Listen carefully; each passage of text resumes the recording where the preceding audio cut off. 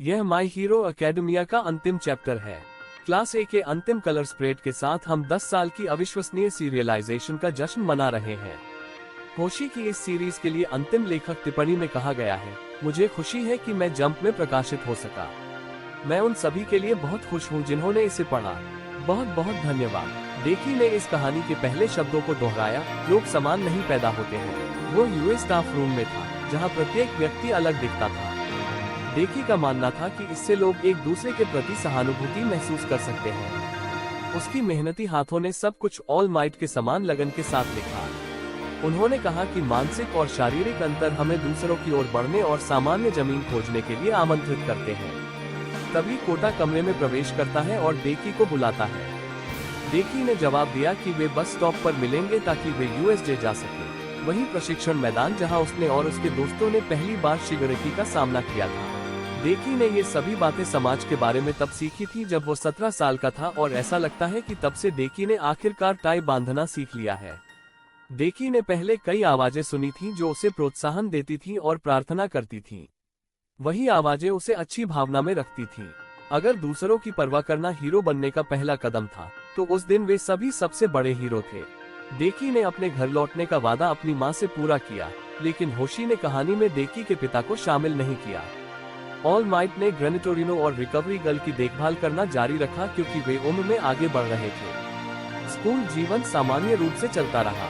मिरियो ने हीरो बनना बंद नहीं किया और भी अधिक अविश्वसनीय प्रोस्थेटिक अंगों के साथ काम किया। क्लास ए और क्लास बी ने अधिक प्रशिक्षण सत्र आयोजित किए। पर्वत लेडी और कमोई वुड्स ने अपने हीरो का काम जारी रखा। जोजी को हेटेरोमोर्फिक समुदाय में उनके योगदान के लिए प्रशंसा मिली। अरी और कोटा के बीच दोस्ती बढ़ी। टोकोयामी हॉक के साथ घूमता रहा। इरेजर हेड और प्रेसेंट माइक ने अपने गिरे हुए दोस्त शिराकुमो को श्रद्धांजलि दी। एनजी और रे को पूर्व सदस्य एंडेवर की एजेंसी द्वारा समर्थन प्राप्त हुआ। मेलिसा शील्ड ने क्लास ए के सदस्यों से मुलाकात की। डेकी ने अपने जीवन के सपने को जीने के लिए आभार महसूस किया। स्पिनर की किताब द लीग ऑफ विलन्स प्रकाशित हुई।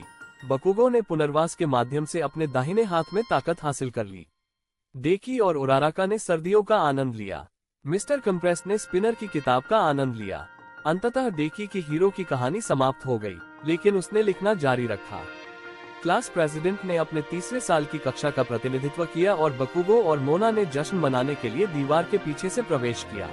युद्ध समाप्त हुए 8 साल हो चुके हैं। मध्य स्कूल के छात्रों के लिए हाई स्कूल प्रवेश परीक्षाएं तेजी से आ रही थी। उनके शिक्षक ने भविष्य करियर फॉर्म भरने की योजना बनाई।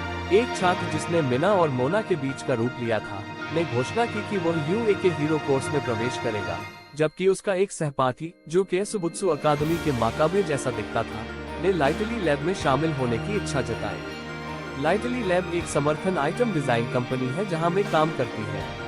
एक अन्य छात्र डॉक्टर बनना चाहता था। होशी ने फर समुदाय को अंतिम विदाई के रूप में एक और छात्र का उल्लेख किया। डेकी का समाज के प्रति दृष्टिकोण दिखाता है कि कैसे हीरो का काम अब समाज का एक महत्वपूर्ण हिस्सा बन गया है और लोग एक दूसरे की मदद करने के लिए हमेशा तैयार रहते हैं। डेकी का जीवन उन सभी के लिए प्रेरणा बना जो हीरो बनना चाहते थे, और उन्होंने दिखाया कि बिना किसी क्विक के भी अगर इरादा और समर्पण हो तो हीरो बना जा सकता है। मीडिया ने डेकी की आश्चर्यजनक उत्पत्ति की कहानी को उजागर करने की कोशिश की। डेकी के सामने 2 बच्चे किरिशिमा की तरह दिखावा कर रहे थे। सभी को हीरो के रूप में अपने सपनों को जीते हुए देखना डेकी को बहुत खुश करता है, और जब भी वह यूए में अपने समय के बारे में उदासीन महसूस करता है, वो एक विशेष मूर्ति के पास जाने के लिए कामिनो जाता है। तभी डेकी ने देखा कि एक बच्चा गिरने वाला था और उसकी अनिवार्य हीरो भावना ने उसे बच्चे की सहायता के लिए दौड़ने पर मजबूर कर दिया। जैसे ही उसने बच्चे को पकड़ा, एक और बच्चा गिर गया और हवा में डिस्क छोड़ दी। बच्चे ने किरिशिमा के सच्चे प्रशंसक की तरह डेकी को जोर से धन्यवाद दिया और फिर चला गया। फिर डेकी ने ऊपर देखा और एक बच्चा उसे हर नाम से पुकारने लगा जो उसे पता था। वो अपनी आंखों पर विश्वास नहीं कर सका। डेकी थोड़ा शर्मिंदा हुआ और बच्चे को एक रुमाल दिया। उसे पता चला कि बच्चा यूए प्रवेश परीक्षा देगा। बच्चे ने कहा कि चीजें तेजी से बदल रही हैं और उसके जैसे कमजोर क्विक वाले लोग आगे नहीं बढ़ सकते। इसलिए वो ऑल माइट की मूर्ति से पूछने आया था कि क्या वो डेकी और ऑल माइट की तरह हीरो बन सकता है। डेकी ने चौड़ी आंखों से देखा और मुस्कुराते हुए अपने आप को उसी स्थिति में पाया और ऑल माइट से वही सवाल पूछा। डेकी ने बच्चे के क्विक का मूल्यांकन करते हुए उत्तर दिया कि यह उसे अपने बालों से प्लेटें फेंकने की अनुमति देता है।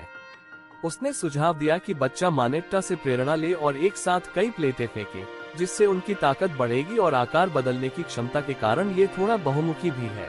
बच्चा थोड़ा भ्रमित हो गया लेकिन समझ गया कि यह डेकी का उसे प्रोत्साहित करने का तरीका है। डेकी ने बच्चे से कहा कि चिंता मत करो। उसने देखा कि उसने पहले उस बच्चे की मदद करने की कोशिश की थी।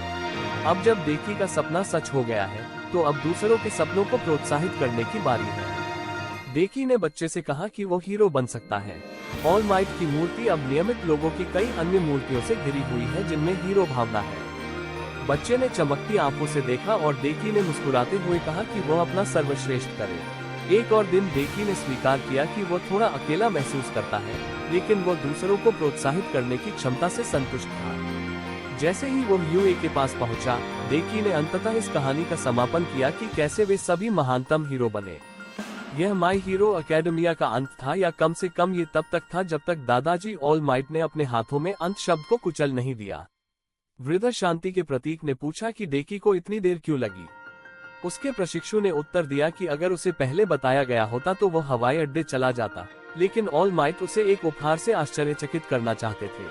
ऑल माइट ने बताया कि ऑल फॉर वन के खिलाफ उनकी मैकेनाइज्ड लड़ाई के डेटा ने कुछ अद्भुत तकनीकी संभावनाएं खोली। उन्होंने आगे कहा कि प्रौद्योगिकी क्विक के विकास के साथ साथ विकसित होती रहती है। केस पर नंबर 18 था और इसमें वन फॉर ऑल था।